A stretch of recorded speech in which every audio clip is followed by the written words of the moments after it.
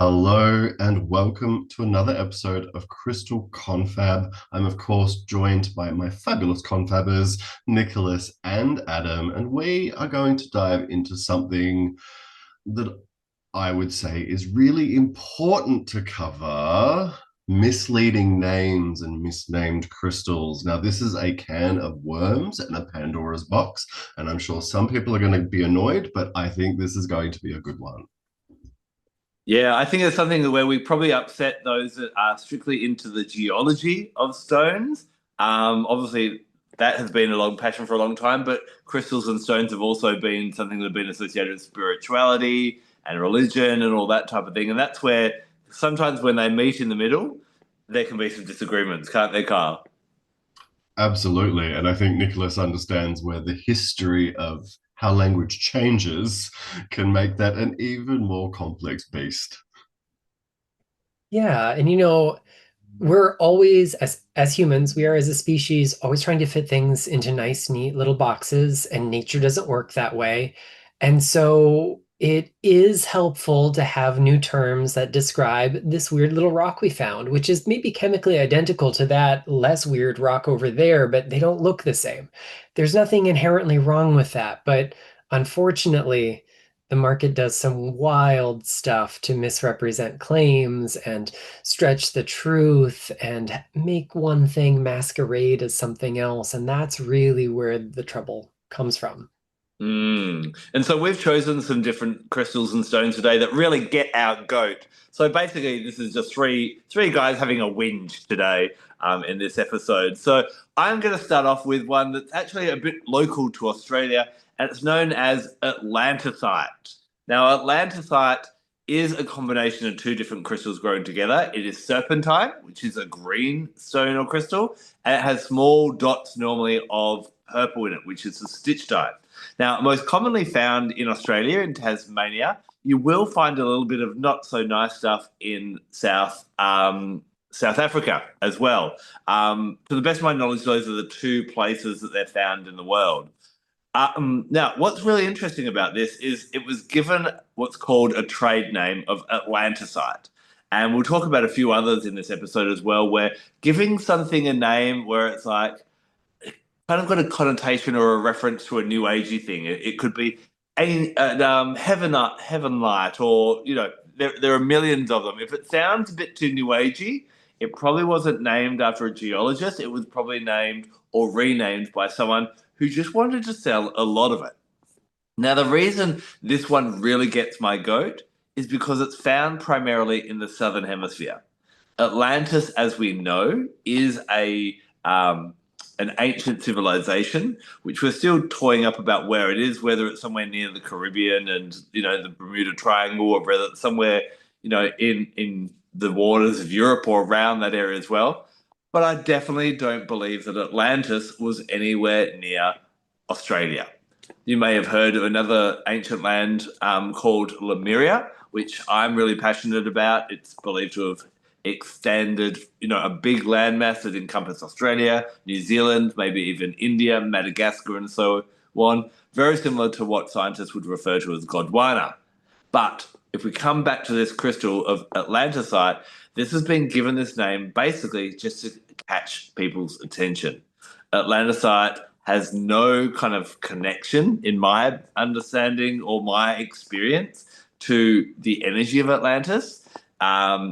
It's very, how I work with the stone. Serpentine is one of my favorite, if not my favorite, crystals for overcoming fear.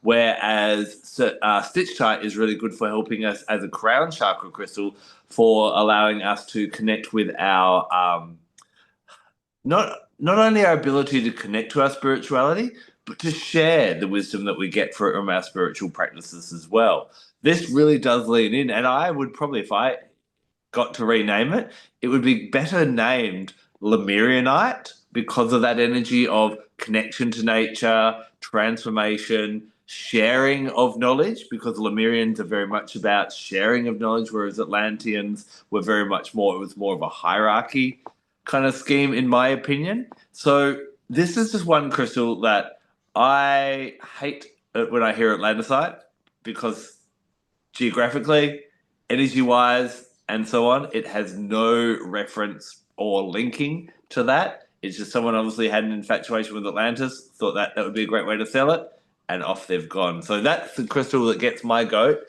If you were to talk to a geologist and say, "Oh, I've got some Atlantisite," they would either slap you, ignore you, or totally diss you. Serpentine stitchite or stitchite in serpentine would be a more correct geological name. And when it comes to referring to that stone, that's what I choose.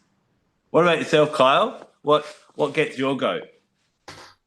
Honestly, other than everything being called a jasper or an onyx, I think I'll leave Nicholas to dive into that a little bit. And we have covered that in some episodes prior. For me, my big one, especially recently, is this sphalerite and this purple sphalerite trend that came out. And I'm sure you've all seen it. It's this stuff, right? It looks really veiny. It's purple. It's a bit glittery. There's clearly a combination of things going on. And it's actually been tested to have fluorite, quartz, muscovite, manganese, and like no sphalerite. Sphalerite is a zinc sulfide. It is highly lustrous. It is often metallic. It is heavy and it's also soft. And all of these things, these are not. And what I did was I bought this piece, then I bought this piece. I worked with them quite intently. And then I got this guy. And if you've heard me talk about skulls, there's that connection to information. Let me blend the words together. And I asked this skull directly, do you have any sphalerite in you? And it just said no. Like it said plainly no. Trust in the fact that it feels more connected to fluorite and quartz. It has a more cerebral connection. It has a more informative energy. When you then connect to real sphalerite, here's a couple of examples. Really beautiful gem quality material from Spain. And this is an example of where it's kind of forms with other stuff. This is from Broken Hill. This is spessartine garnet, galena with a bit of marcasite, and I think a bit of chalcopyrite and bustamite as well. Very complex.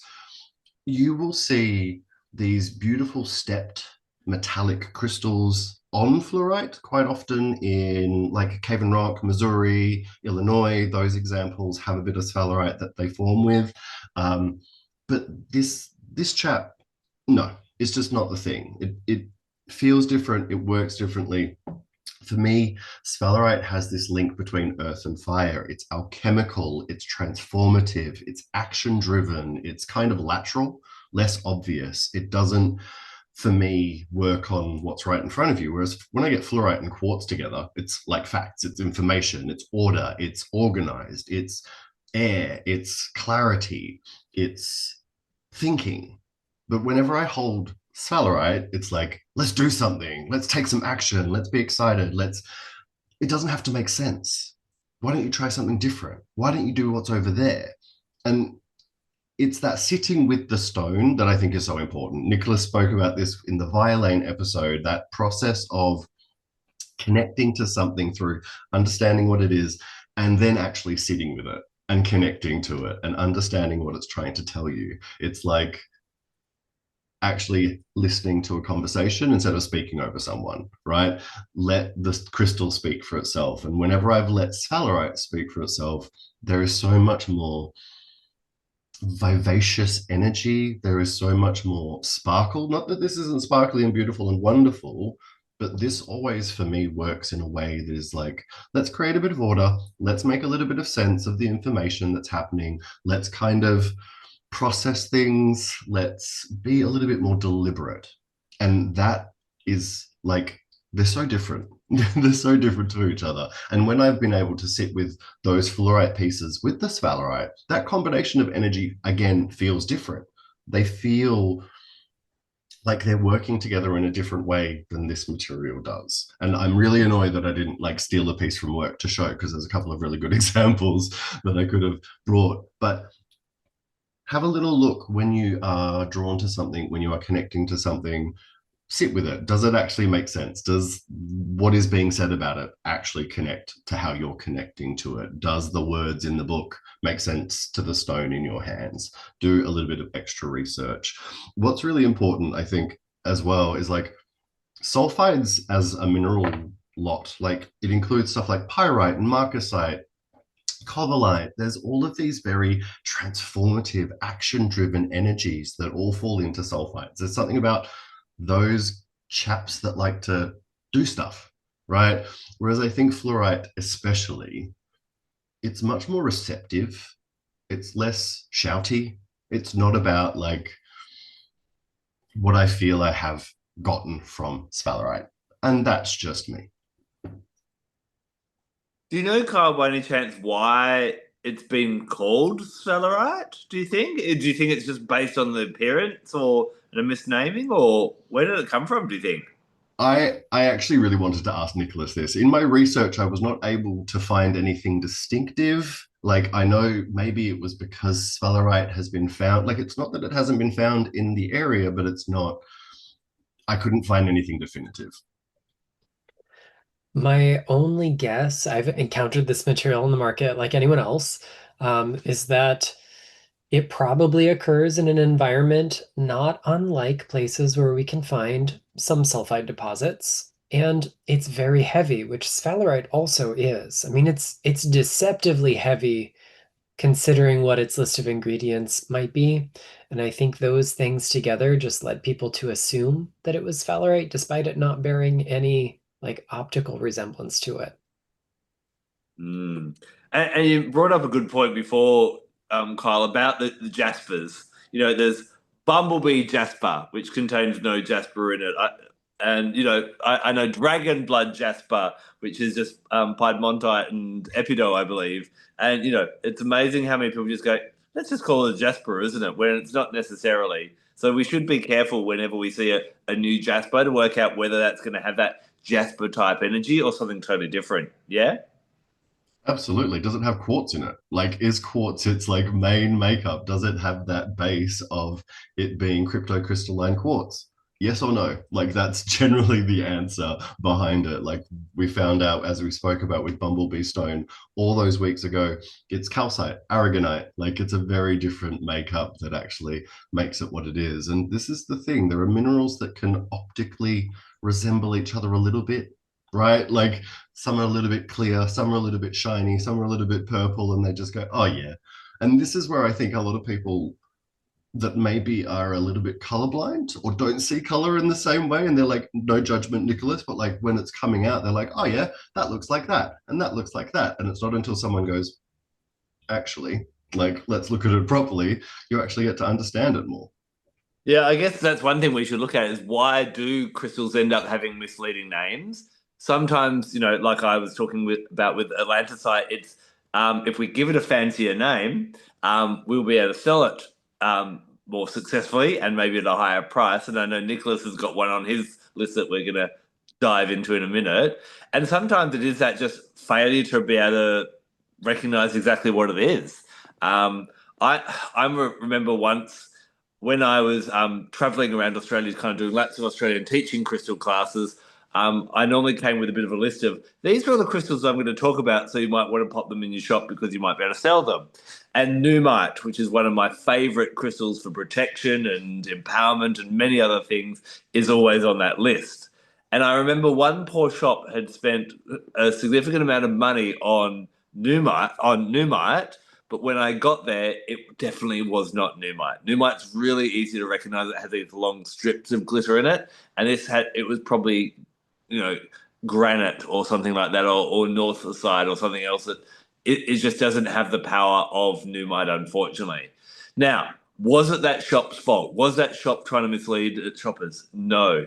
We've got to remember that the journey from a crystal being mined to a crystal ending up in a retail shop goes through several sets of hands. And we don't know whether someone deliberately makes a mistake or accidentally makes a mistake somewhere along that line. And obviously, not everyone's going to know everything about every single crystal.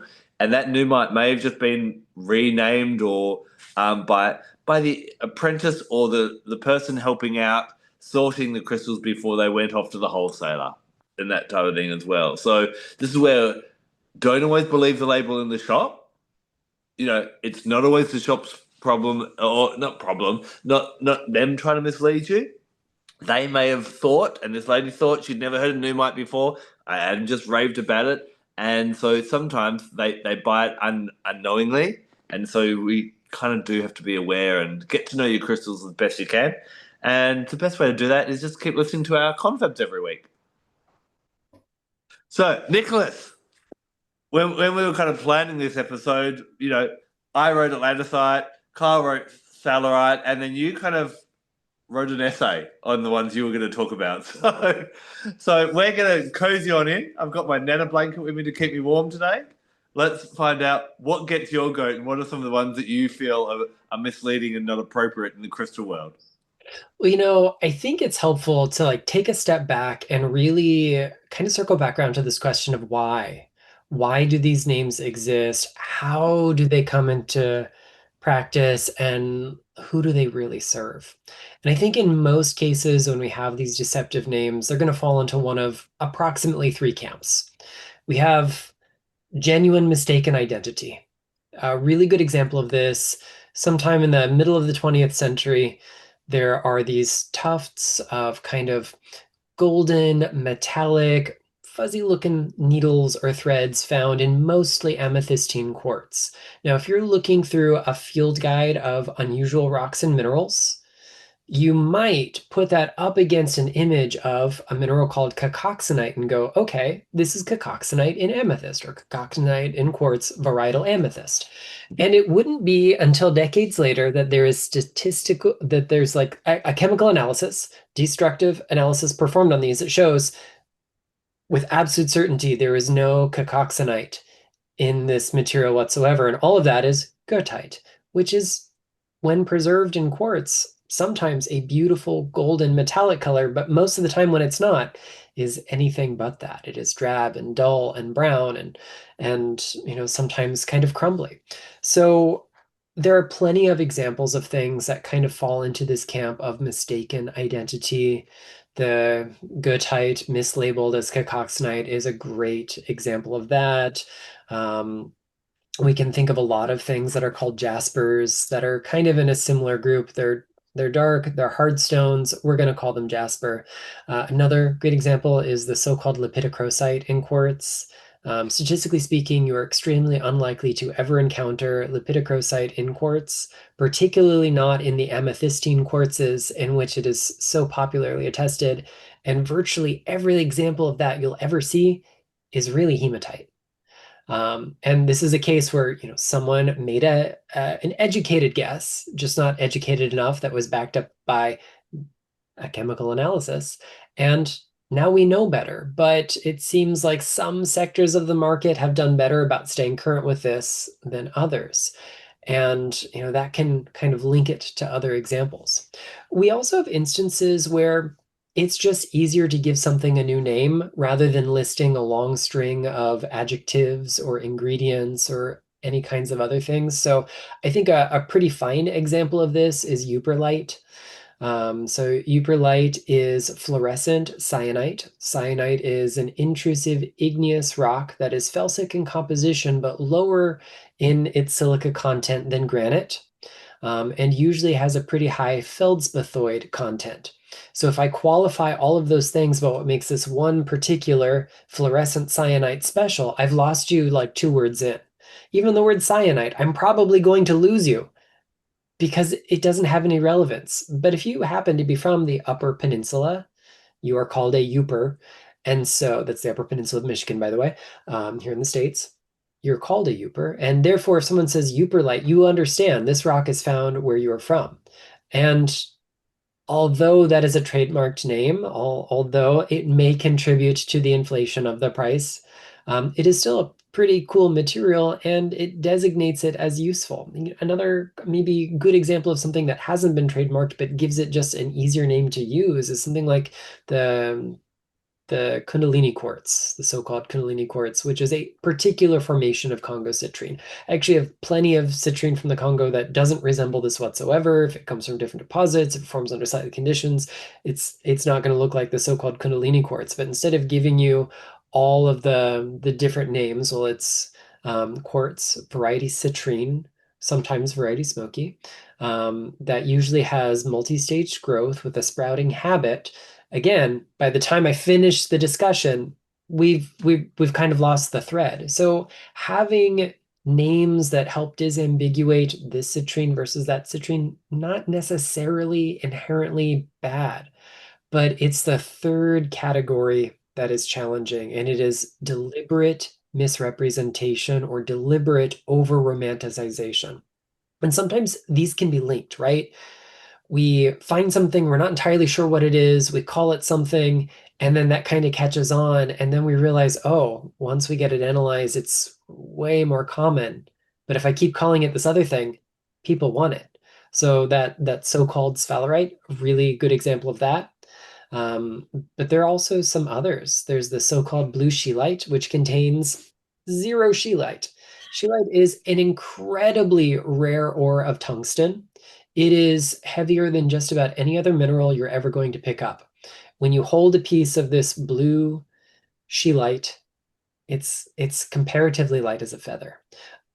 Under certain wavelengths of light, it will fluoresce a similar color, but not all of the same wavelengths that do the same thing to scheelite.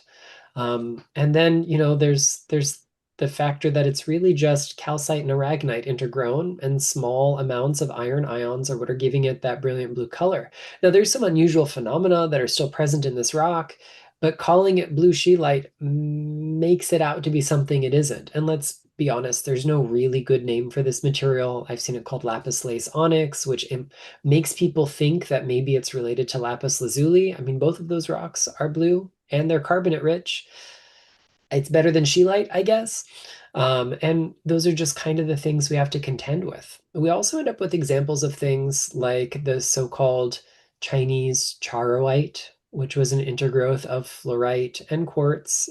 This was popular on the market probably around 20, 25 years ago. And thankfully, when you put that material beside actual charoite, they look so dissimilar that eventually people just stopped calling it this. But 5 years ago, it got a new name. And now it is called amaranthine, from the Greek, meaning anthos means flower. So it does have sometimes a kind of floral pattern to it. But now, if instead of calling it low quality fluorite in low quality quartz, if we call it amaranthine, we slap a little registered or trademark symbol next to a name like that, we've hidden what it really is. We also have examples of stuff that if we take a look at it and we realize what it is, we can go buy it from another vendor for a fraction of the price. So, maybe the beautiful chevron amethysts that come from Madagascar are a good example of a material that's pretty plentiful on the market, not crazy expensive.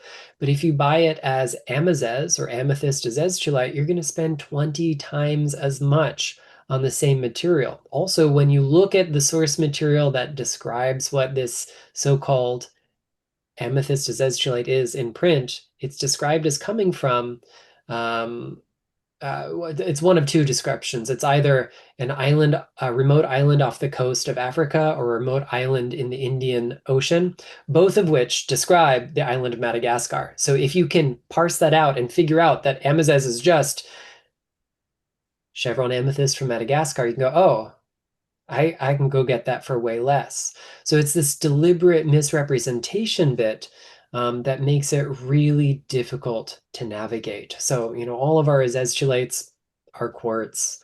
We're going to find, our quartzes that have fancy numbers attached to them. I don't even think I have to say them out loud.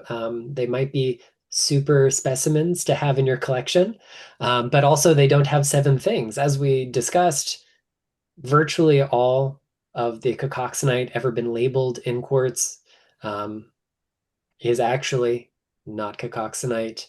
Virtually every example of lepidocrosite in quartz isn't actually lepidocrosite. And so like the number associated with that gemstone shrinks under these instances. And so I think this is a topic that I get really passionate about. I don't have a problem with trade names. Look at angelite. You can buy blue anhydrite for the same price as angelite. And in fact, if it is euhedral crystals of blue anhydrite, it will be many times more expensive than angelite. It's not the name that inherently drives the cost, but it's when we use the name to create a little extra mystique, to misrepresent something as being rarer or more valuable than it truly is, that's when we end up with issues. And there are scores and scores of these kinds of things out there.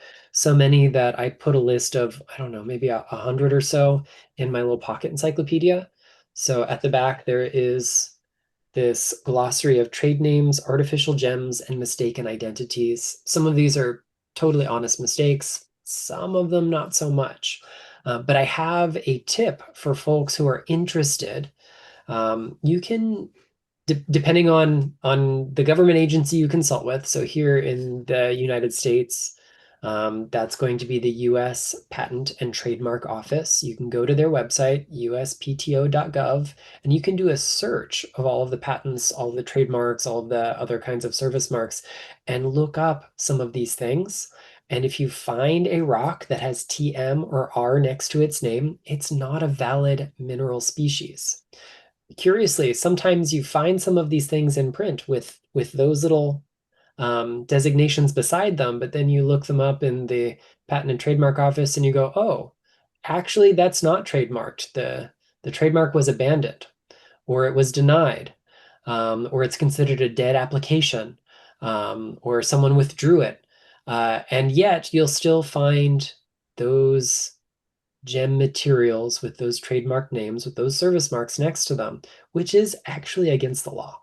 So just be mindful that some of those things you might know and love under one name are really common rocks. And there are lots of lovely but common granite and marble and jasper and quartz especially that are being sold as things they are not. We also get examples of glass and other man-made materials being labeled rare and mystical things. And then, of course, we just get things for which there's no better term. So misleading names are something that can be really challenging to navigate.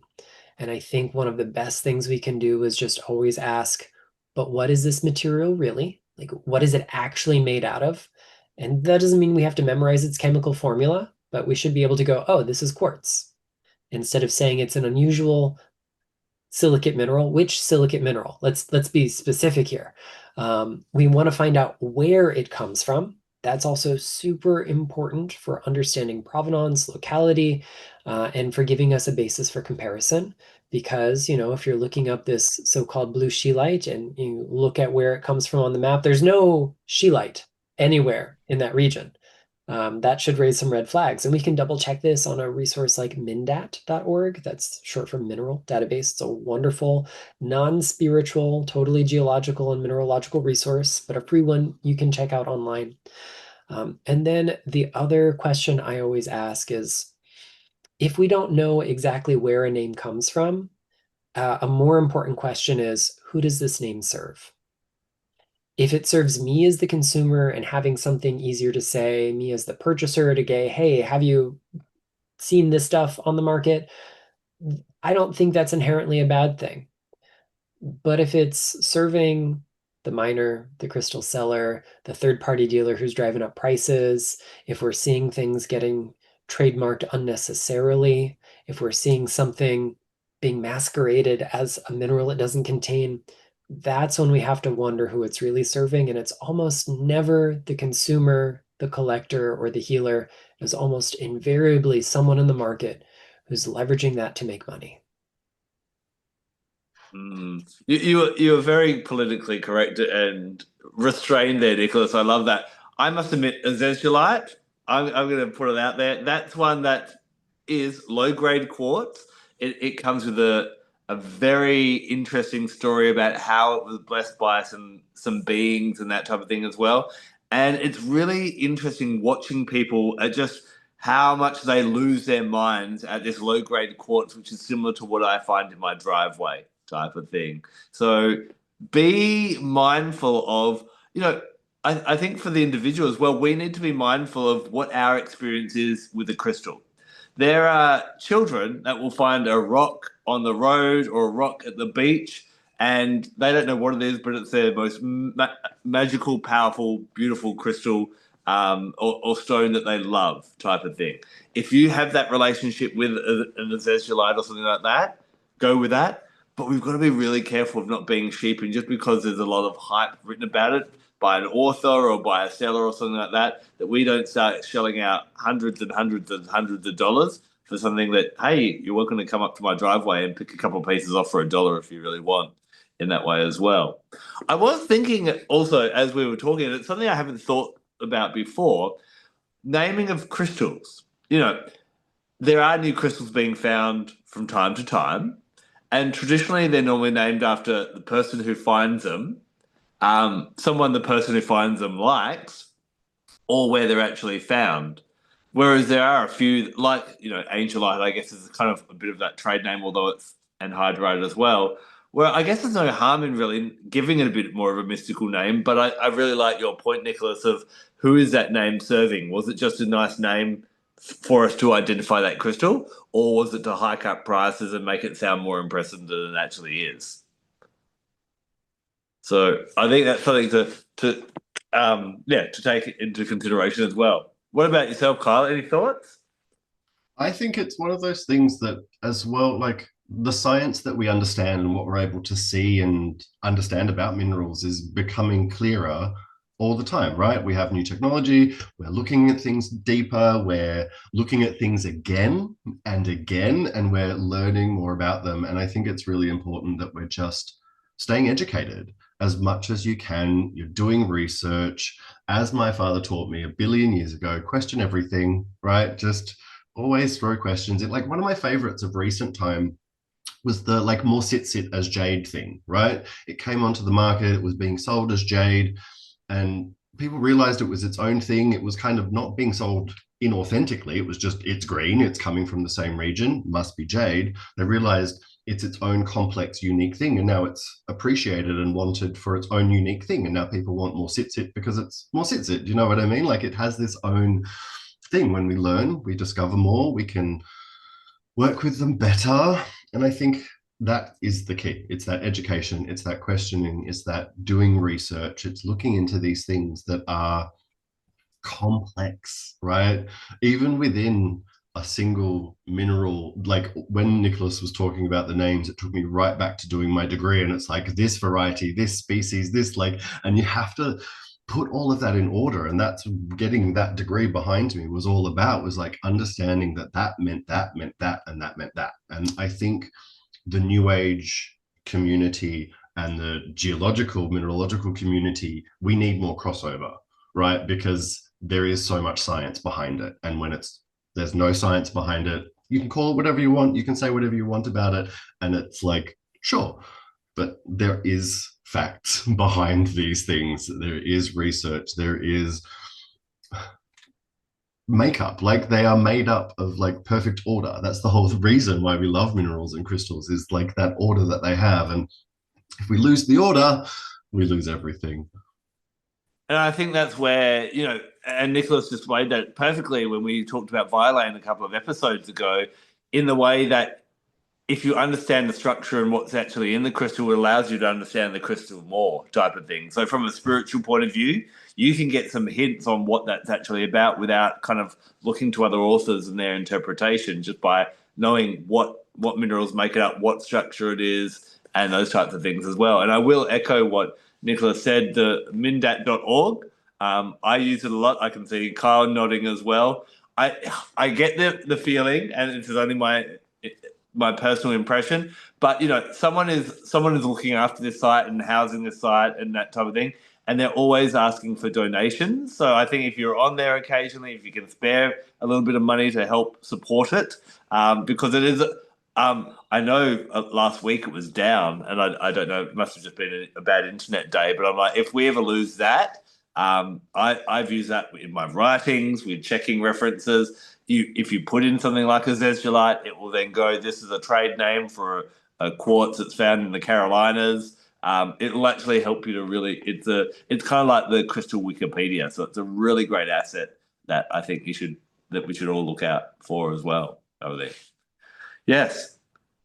There is the gentleman behind Mindat, Jolian, I can't remember his surname. He has just appeared on Instagram. Like he's had an account for a while, but he's just appeared and he's making videos on Instagram. And they're what is a rare crystal? What is an expensive crystal? Like he's diving into these questions and coming from an amazing place. And then he put together the Lego crystal mineral set that he just received as well. So follow him on Instagram. I can't remember his name. I'll try and put it into the information afterwards. He is like, he's so authentic, he's adorable, and I'm loving like hearing him speak about things. I think it's been a really interesting, and it's only been the last month. Like it's been a really recent thing. Amazing. We'll have to check that out. Yeah, we'll put the details in the link below for sure. Now, we've been a little bit inconsistent with our episodes over the last few weeks, but Nicholas has got an excuse. What's been happening, Nicholas? Well, Nicholas always has a million excuses for stuff, but I have a very specific one this time, and that's because I left the state of Florida to go have a kind of early birthday party for my brand new book, The Witching Stones.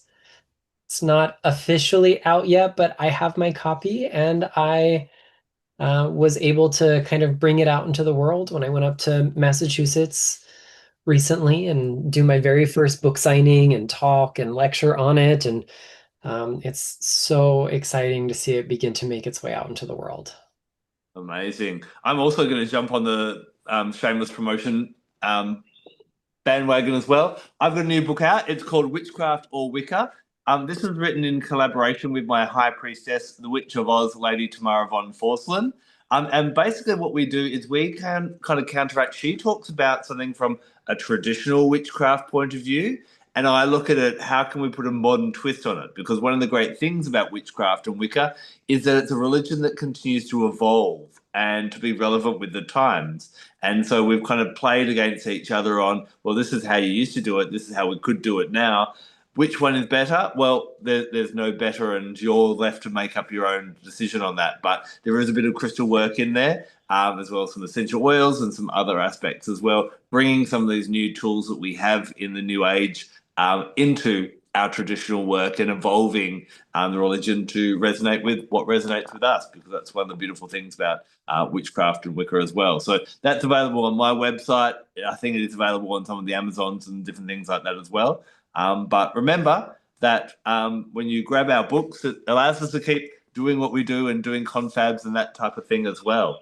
So we'll be back next week when we're going to be back diving into another amazing gift of Mother Earth. And we promise you that it won't be a misleading name. We'll talk about what it actually is. Until then, take care and blessed be.